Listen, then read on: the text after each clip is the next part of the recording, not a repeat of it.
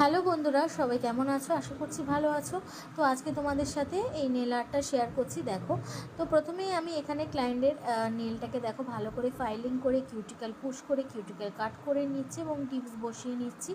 তো আজকে যে শেপটা আমি করেছিলাম আলমন্ড শেপ দেখতেই পাচ্ছ, এবং সাথে এখানে আমি জেল লাগিয়ে নিচ্ছি।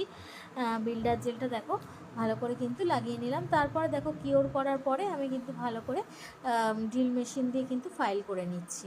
এবং ভালো করে ফাইল করার পর এখানে আমি পলিশ পরিয়ে নিয়েছিলাম।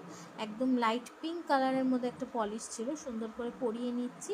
পরিয়ে নেওয়ার পরে এরপরে এখানে আমি ইউজ করেছিলাম হোয়াইট কালার। দেখো হোয়াইট কালার দিয়ে এখানে আমি ফ্রেঞ্চ করেছি এবং তারপরে এখানে আমি 3D আর্ট করেছি এবং 3D আর্টের সাথে দেখো এখানে আমি লিফ করে নিচ্ছি।